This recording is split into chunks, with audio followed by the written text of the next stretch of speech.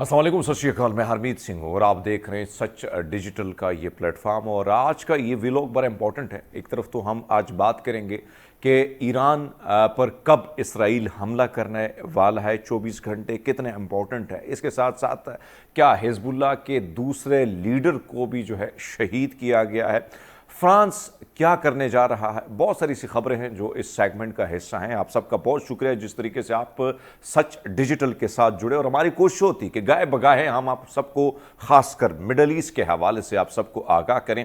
इस वक्त एक तरफ तो जंग जो है बड़ी तेज़ी से चल रही है और मैं पहले भी अर्ज मैंने किया है कि हिजबुल्लाह के लीडर सैयद हसन नसरुल्लाह को जब शहीद किया गया तो बहुत सारी जगहों पर मायूसी फैलाने की कोशिश की गई और हमारे मीडिया में भी इस तरह की बातें होती रहीं कि भाई सब अब तो ये जंग का खात्मा हो गया और इसराइल जो है वो बड़ी ताकत के साथ उभरता हुआ आगे आ गया है।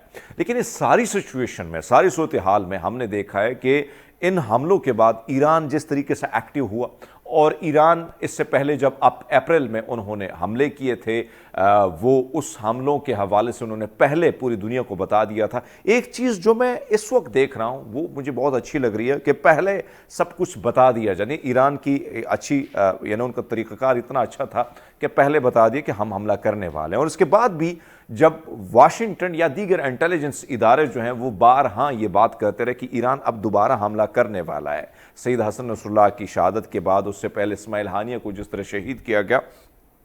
लेकिन इस सारी सूरत हाल में जंग जो है इस वक्त ज़्यादा हो चुकी है और जंग मज़ीद ख़ित्तों तक फैल सकती है, इस खित्ते तक फैल सकती है और मज़ीद दुनिया को अपनी लपेट में ले सकती है। लेकिन इस वक्त एक तरफ तो हिजबुल्लाह और इसराइल के अंदर मुठभेड़ चल रही है। जनूबी लेबनान में इस वक्त एक तरफ तो इसराइल ने जो है बेपनाह वहाँ पर हमले किए और उन हमलों की सूरत में इस वक्त हम देख रहे हैं कि वहाँ पर शहादतें भी बहुत ज़्यादा हुई हैं और लोग भी ज़्यादा ज़ख्मी हुए हैं। लेकिन इस सारी सूरत हाल में हिजबुल्लाह क्या कर रहा है? हिजबुल्लाह ने इस वक्त जो इसराइली फोर्सेस आगे की तरफ बढ़ रहे थे, अब मेरे पास जो फुटेज हैं, क्योंकि मैं आपको स्क्रीन पे नहीं दिखा सकता, सेंसिटिव कंटेंट ज़्यादा हमारे पास है, जिसमें हम ये देख रहे हैं कि हिजबुल्लाह पर अटैक करने की जो कोशिश होती है इसराइल की, वहाँ पर दोबारा हिजबुल्लाह अटैक करता है और उस अटैक में कई सारे फौजी जो हैं उनकी लाशें रह जाती हैं।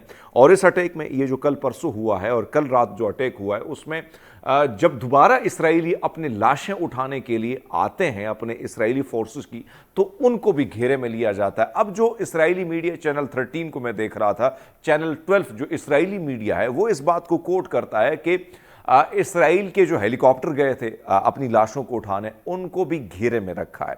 दूसरा ने इसराइल के जो वजीर दिफा हैं, साबिक वजीर दिफा हैं, उन्होंने अपने बयान में ये बात की है कि हिजबुल्लाह के साथ पंगा लेना हमारे लिए ख़तरनाक साबित हो सकता है, क्योंकि इस वक्त हम गज़ा की उस लड़ाई से पूरी तरह बाहर नहीं निकल सके और अगर हम उससे पूरी तरह नहीं निकल सके तो यहाँ पे हिजबुल्लाह के साथ मुठभेड़ जो होगी वो ख़तरे का बायस बनेगी। माजी में 2006 की अगर हम बात करें, 2000 की बात करें, तो यहाँ पे दो लड़ाइयाँ जब सैयद हसन नसरुल्लाह शहीद जब लीड कर रहे थे हिजबुल्लाह को, दोनों लड़ाइयों में इसराइल को शदीद नुकसान हुआ, शिकस्त खाकर दुम दबा के वो भाग निकला। अब इसमें कोई शक नहीं कि लेटेस्ट टेक्नोलॉजी हिजबुल्लाह के पास है, इस तरह मिसाइल उनके पास हैं, कमाल की इंजीनियर्स उनके साथ हैं, तो मुकाबला थोड़ा सा ज़्यादा टफ है। फिर ज़मीनी जंग जो है उसमें हिजबुल्लाह ज़्यादा टफ दिखाई देता है इंस्टेड ऑफ इसराइल।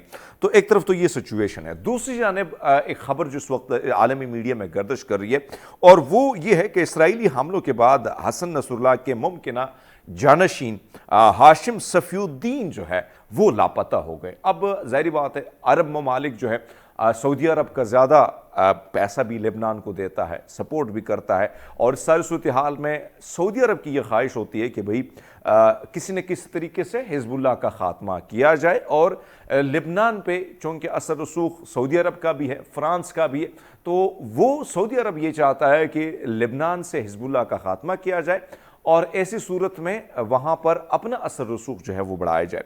अब ये खबरें जो मेरे पास आ रही हैं कि मज़ाहमती तंजीम हिजबुल्लाह का के जो रहनुमा शहीद हसन नसरुल्लाह के मुमकिना जानशीन और एग्जीक्यूटिव काउंसिल के चेयरमैन हाशिम सफ़ीउद्दीन से राब्ता नहीं हो पा रहा है। अल जज़ीरा ये रिपोर्ट कर रहा है कि लेबनानी सिक्योरिटी ज़राए ने बताया कि हिजबुल्लाह کا जुमे से chairman executive council Hashim Safiuddin से राब्ता नहीं हो पाया है। सिक्योरिटी ज़राए ये बताते हैं कि हाशिम सफीउद्दीन जो है इस वक्त ज़ेर ज़मीन हेडक्वार्टर में थे जब इसराइल की जानिब से मरीहा में फ़िज़ाई हमला हुआ है। दूसरी जानिब जो रिपोर्ट हमारे सामने आई उस रिपोर्ट के बारे में ये बताया जाता है कि जो इस वक्त इसराइल ने जुमरात को बेरूत पर हमले किए तो शायद, क्योंकि इस वक्त एक तरफ तो ये खबरें आ रही हैं कि शायद उनकी शहादत हो चुकी है, अरब मीडिया इसको कोट कर रहा है। अब देखना ही कि इसकी क्या हकीकत है, क्या हक़ाइक़ हैं इसके पीछे, वो तो जैसे आएंगे वो हम आपके सामने रखेंगे। लेकिन दूसरी जानिब फ्रांस ने, क्योंकि मुख्तलिफ ममालिक में इस वक्त एहतजाज चल रहे हैं, लोग निकल आ रहे हैं, फ्रांस में, चूँकि फ्रांस लेबनान में भी ज़्यादा इंटरेस्ट है और फ्रांस में अब ये ज़ोर शोर पर ये बात है, अवाम वहाँ पर निकली है कि भाई गज़ा को और आप इसराइल को असलहा नहीं देंगे।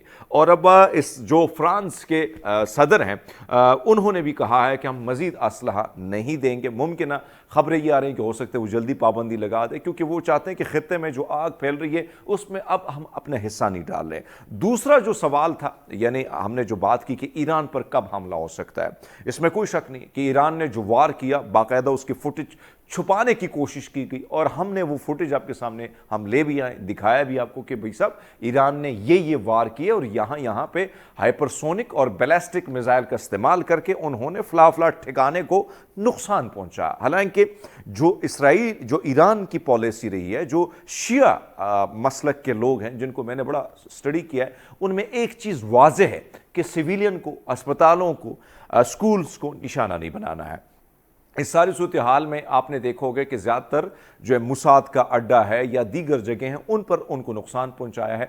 अब ईरान पर हमले के हवाले से इसराइल भरपूर तैयारी कर चुका है और मेरे पास ये इन्फॉर्मेशन आई है मुख्तलिफ ज़राए से कि ये जो तकरीबन 24 से 26 घंटे बनते हैं, ये बड़े इंपॉर्टेंट है। और इस वक्त हम ये देख रहे हैं कि मुख्तलिफ जो ईरान है वो अपने वो चीज़ें ख़ासकर अपने शिप, अपने दीगर चीज़ों के हवाले से उनको महफूज मुकामात मुंतकिल कर चुके हैं। और इस वक्त जो ख़बरें आ रही हैं वो ये आ रही हैं कि जो इसराइल है वो ख़ासकर मुख्तलिफ ऐसी जो तनसीबात हैं ईरान के, उनको वो निशाना बना सकता है जिससे वो ईरान को बड़ा धचका देना चाहता है।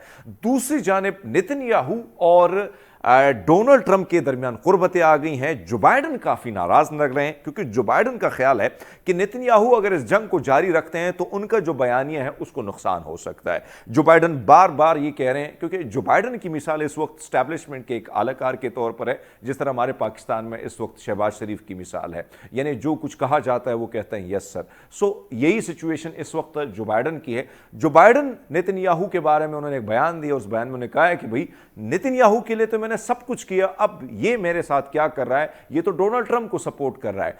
डोनाल्ड ट्रंप एग्रेशन दिखाना चाहता है थोड़ा सा, वो चाहता है कि ईरान के एटमी तनसीबात पर हमला किया जाए और नेतन्याहू भी उस बयानी को आगे लेके जा रहा है। जो बाइडन ये कहते हैं कि अगर जंग बढ़ेगी तो उसके बयानी को नुकसान होगा। तो इस वक्त हम देख रहे हैं कि मुख्तलिफ सदूर, मुख्तलिफ वज़ीर-ए-आज़म के दरमियान एक मुठभेड़ चल रही है। अब देखना यह है कि 24 घंटे या 26 घंटे या 48 घंटों के दरमियान जो हमला होता है वो कितना धचका दे सकता है ईरान को, ईरान के ने दिफाई सिस्टम को कैसे एक्टिव किया है उस पर भी बात करेंगे। लेकिन अभी आपसे लेते हैं इजाज़त। अपना और अपनों को बहुत सारा ख्याल रखिएगा। बहुत शुक्रिया।